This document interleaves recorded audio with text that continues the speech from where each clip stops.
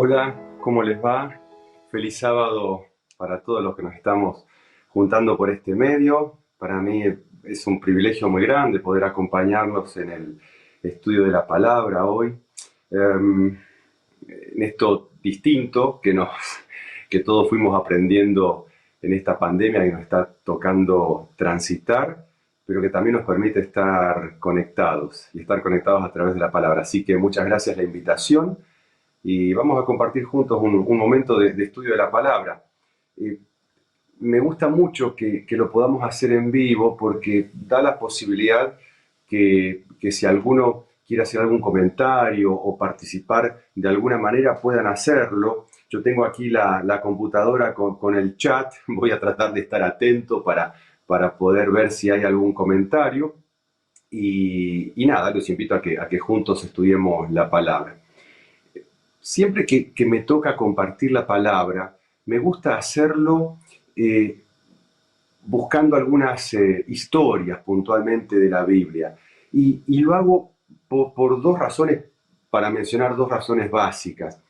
Una razón es porque las historias nos gustan. Desde chiquititos las historias nos gustan y Dios, que sabe eso, nos escribe su palabra en forma de historias. Eh, en las historias de la Biblia, que creo que fueron elegidas de una manera asombrosa, muy asombrosa por nuestro Dios, es como que podemos ver sintetizada o resumida la realidad nuestra.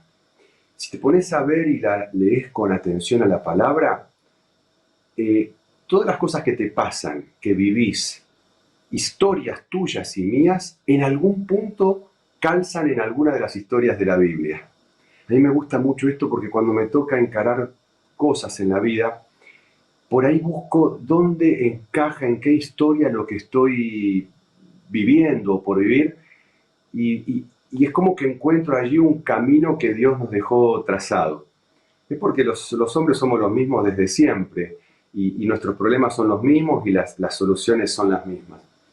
Y, y en las historias de la Biblia encontrás expresado de una forma muy contundente y clara el propósito de Dios al darte la teoría que te da a través de su palabra y cómo esto pega en un hombre, una mujer, en un chico, en una chica y se transforma en una historia real. Y me gusta mucho porque las historias son absolutamente reales, tal cual las que nos toca vivir a vos y a mí. Y la Biblia se transforma en algo apasionante. Además, cuando estudias una historia, habitualmente tenés que leerla completa y recibir el mensaje y no buscar solamente dos o tres aspectos que a vos te interesan. Así que me gusta mucho por eso las historias. Quería compartir con ustedes hoy una historia que aparece en el texto bíblico, pero que la primera parte de la historia no aparece descrita, pero la podemos imaginar. Si ustedes me permiten, nos tomamos esa licencia de imaginarnos cómo fue la primera parte de la historia con los datos que nos da. ¿Se animan? Vamos, y vamos a meternos, imaginarnos que somos parte de esa historia. Tal vez la historia comienza más o menos 7 años antes del nacimiento de Jesús. Y allí en algún lugar de Israel, probablemente en Judea, en alguna de las aldeas, en algún pequeño poblado tal vez, nacía un bebé. Estaban todos muy contentos, los papás entusiasmados, expectantes, como todo lo que pasa con nosotros cuando estamos a punto de recibir un bebé. Y toda la expectativa puesta de los papás en qué va a ser de este bebé, cómo lo prepararemos, qué será de él, y casi volcando lo nuestro en él para el futuro. Y eso fue lo que pasó en esta familia. El bebé comenzó a desarrollarse y cuando llegó el momento de caminar, vieron que se retrasaba. Vieron que no era como los otros nenes, niños, y no arrancaba con caminar. Bueno, al principio habrá sido tomado esto como que es un retraso simplemente, pero se fue haciendo cada vez más claro y observable por todos que algún problema había en este niño porque no estaba caminando. No había muchos recursos económicos, no había ciencia médica avanzada, no había tanto para hacer en aquella zona, así que con dolor los papás observaban que su hijito no caminaba.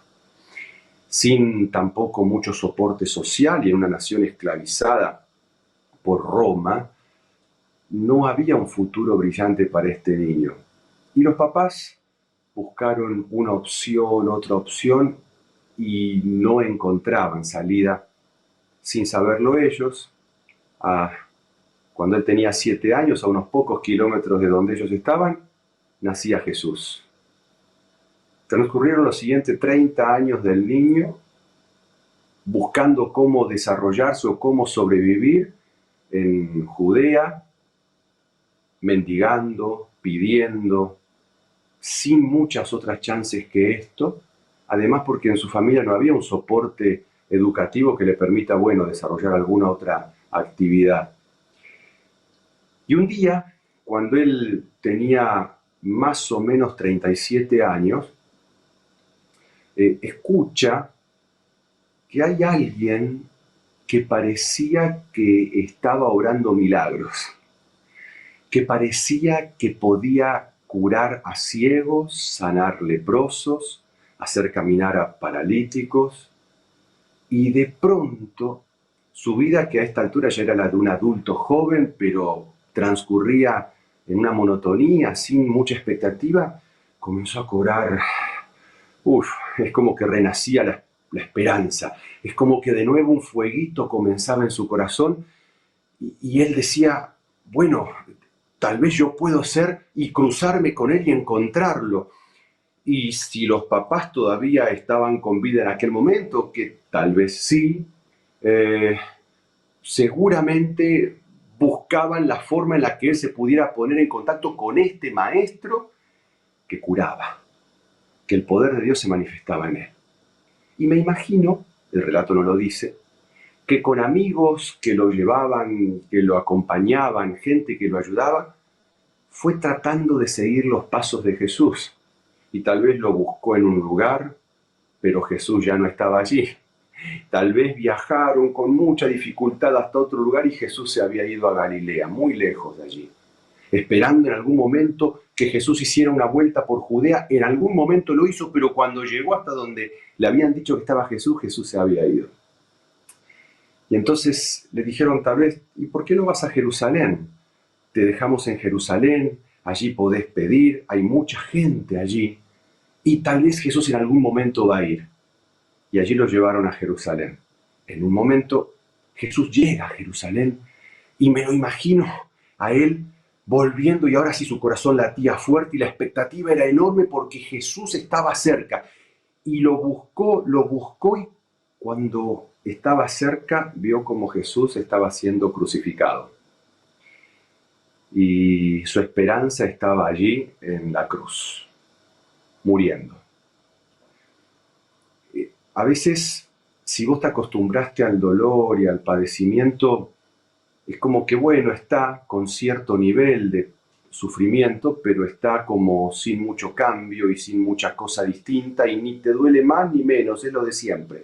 Pero cuando hay expectativas que podés ser curado y después esas expectativas son destruidas, es complicado, porque la desesperanza que luego te sobreviene cala muy hondo, y eso le pasó a él.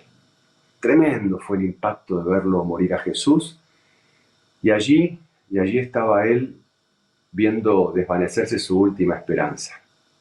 Y entonces el relato te dice que sus amigos le dijeron, bueno, no te preocupes, te vamos a llevar para que puedas seguir mendigando en la puerta del templo llamada La Hermosa. ¿Me acompañan a seguir con el relato?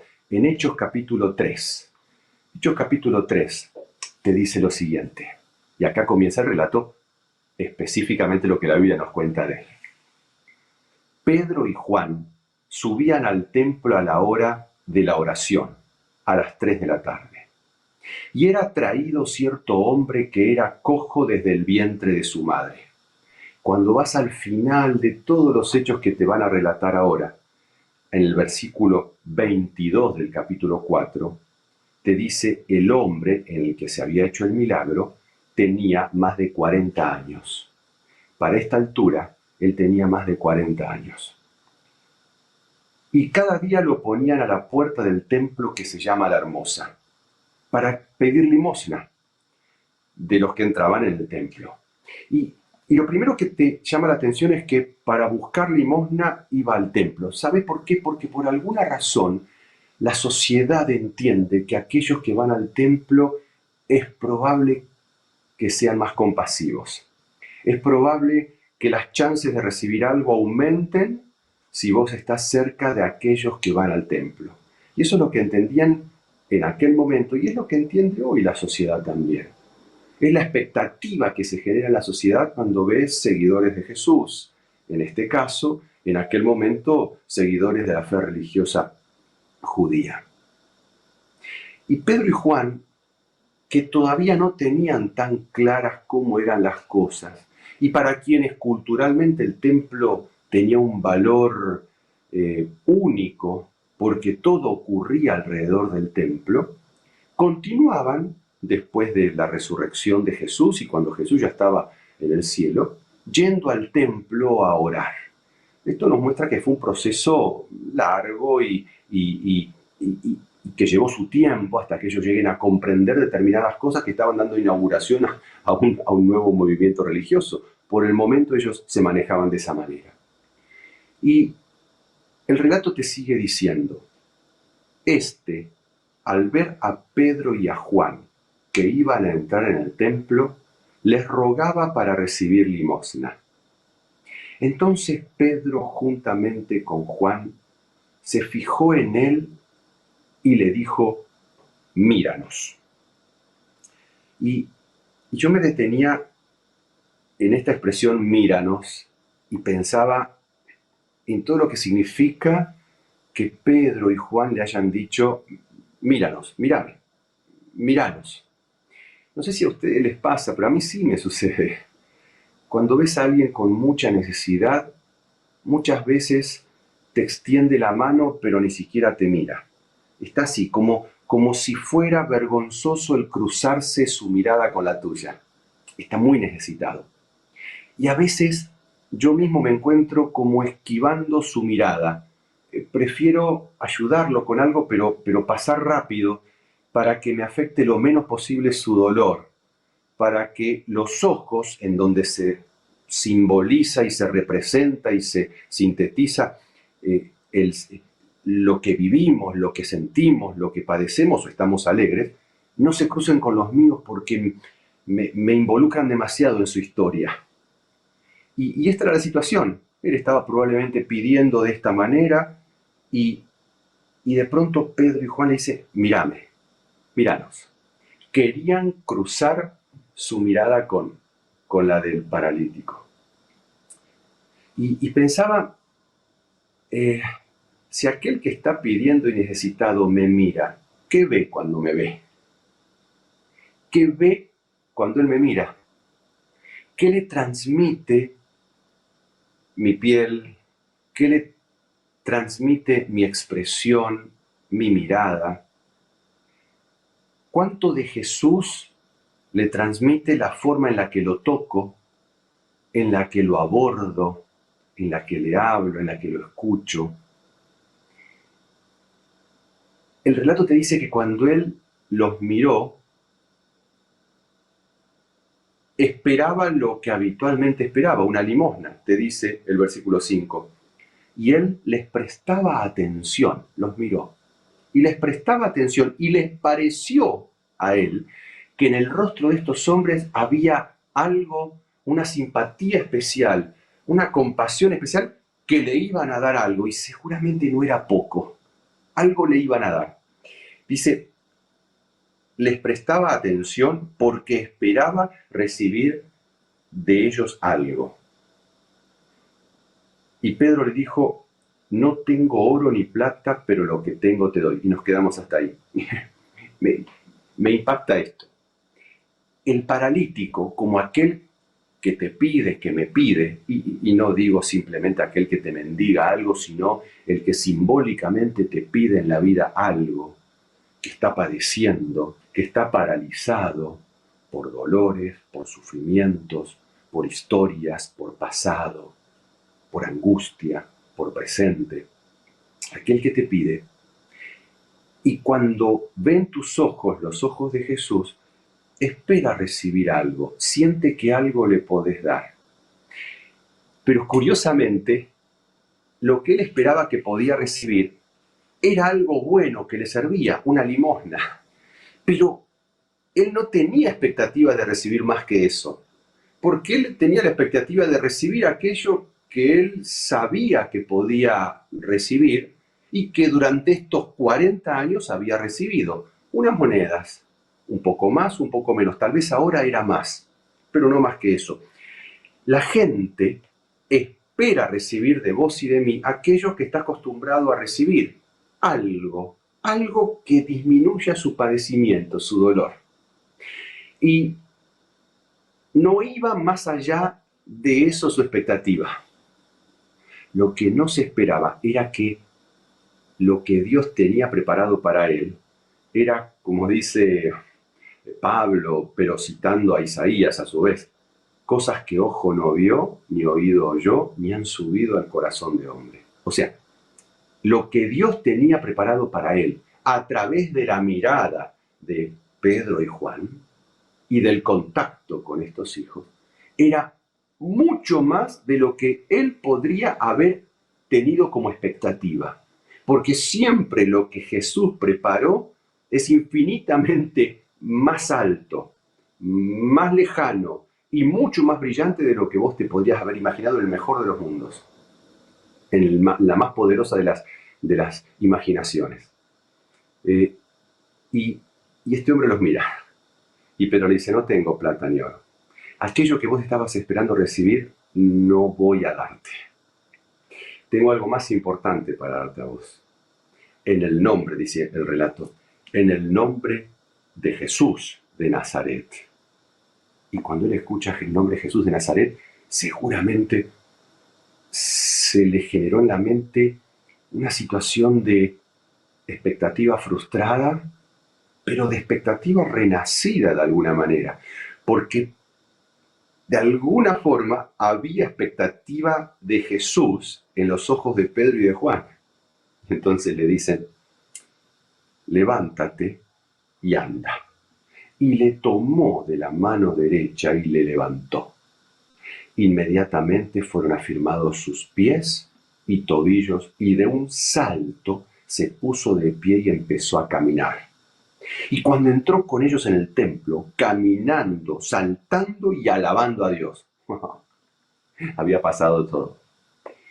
Pedro capta su atención, le da algo que él no tenía ni expectativas de recibir porque no sabía que podía recibir, que era Jesús.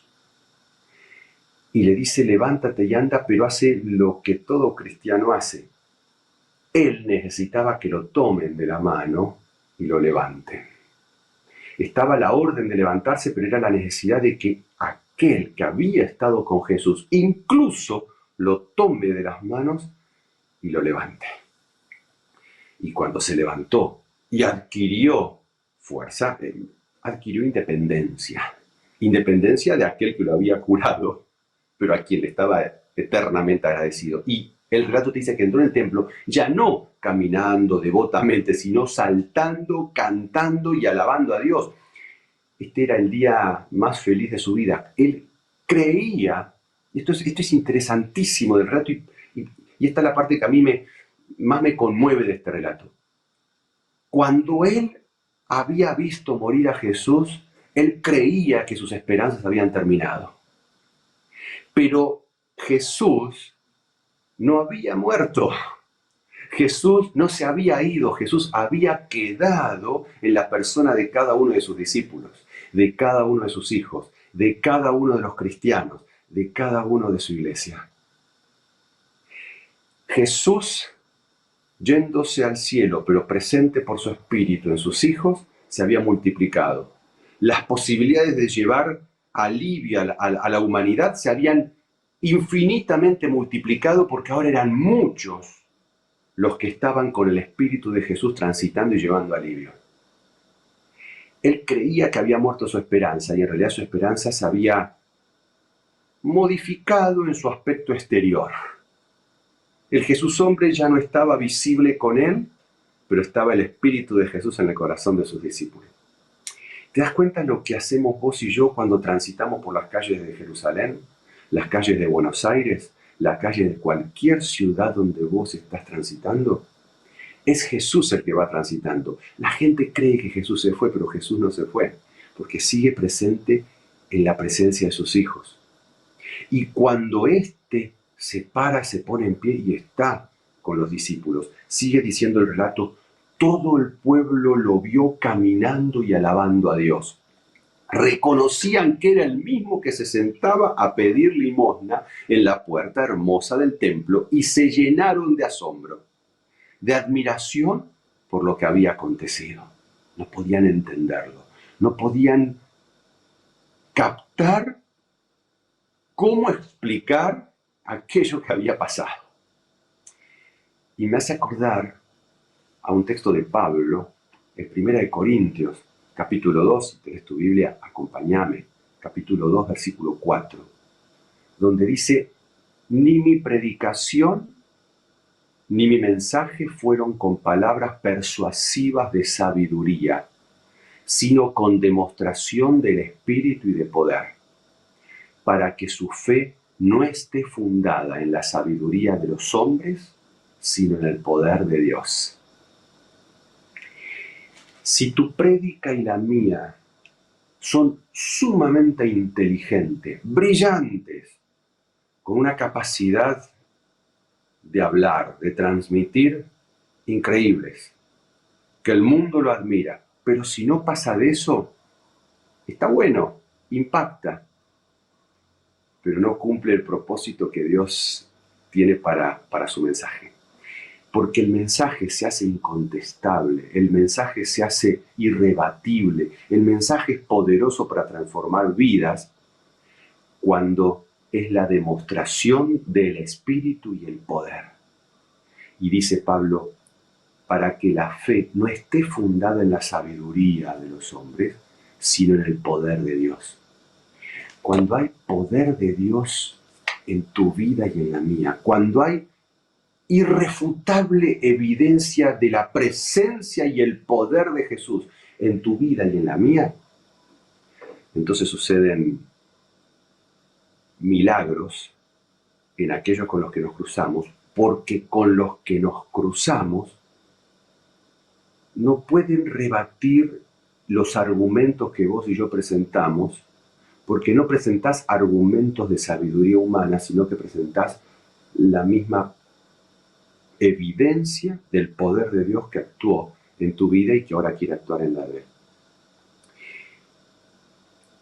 Tu preocupación y la mía no es encontrar a aquel que necesita, sino es en estar conectados con el poder que te da vida a vos y a mí, que hará que cuando te cruces con el que necesita de ese poder, el Espíritu te lo dice, te lo hace saber y actúa con poder. Y dice el relato, al final de la predicación, en el capítulo 4, versículo 4, muchos de los que le habían oído la palabra creyeron, y el número de los hombres llegó a ser como 5.000. ¡Wow! Pensaba, 5.000 convertidos por esa prédica. Pero esa prédica iba rubricada, firmada, con el poder del paralítico parado allí al lado de Pedro. Incontestable el poder de Jesús de Nazaret que estaban presentando. Fíjate vos cómo Jesús te muestra y me muestra que él labura en equipo. Como decimos a lo que nos gusta jugar el fútbol, hay equipo. Y cuando Jesús cuenta con hijos así, dice, hay equipo. Hay equipo. Yo predico y un día les predico a 5.000, como en la montaña. Un día comparto la palabra con muchos. Y puede que no se conviertan en ese momento, pero como hay equipo, mi poder trabajando en mis hijos torna tan evidente mi poder que transforma la vida de aquellos paralíticos que todavía están necesitando de mí. Y cuando el resto los ve, se entregan. se entregan al poder que es imposible de negar. Pensaba que vos y yo transitamos las calles de nuestra ciudad. Cada uno está en una familia, en un barrio distinto. Cada uno está en un trabajo distinto. Cada uno forma parte de nosotros, de círculos de amigos distintos. Y la forma de invadir con el amor a nuestro mundo que eligió Jesús fue penetrar en tu corazón y en el mío, transformarlo con el poder de su Espíritu, que sea evidente la presencia de Jesús en vos y en mí, para que, como dice Pablo, tengamos ese olor a Cristo, que cuando vas caminando despedís ese olor a Cristo, que cuando le decís, mírame, porque me quiero cruzar con tu mirada de ser humano que necesita, pero tu mirada que se cruza con mis ojos llenos de Cristo y de compasión, porque sos alguien para mí y te doy a Cristo.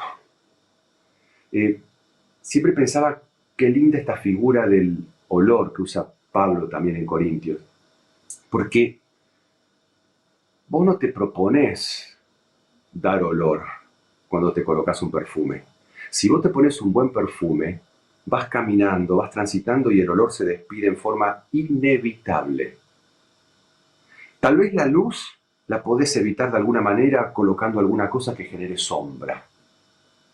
Pero el olor es muy difícil de evitar que se transmita, que se propague, que se sienta. Y eso es lo que pasa con vos y conmigo cuando tenemos la presencia de Jesús. El olor de Jesús, que es el poder de su Espíritu trabajando en tu vida y en la mía, hace irrefutable el mensaje. Entonces el mundo se da cuenta que Jesús no murió, Jesús no se fue, Jesús quedó aquí en la presencia tuya y mía, caminando por las calles de tu ciudad, de tu barrio, tu presencia en tu familia.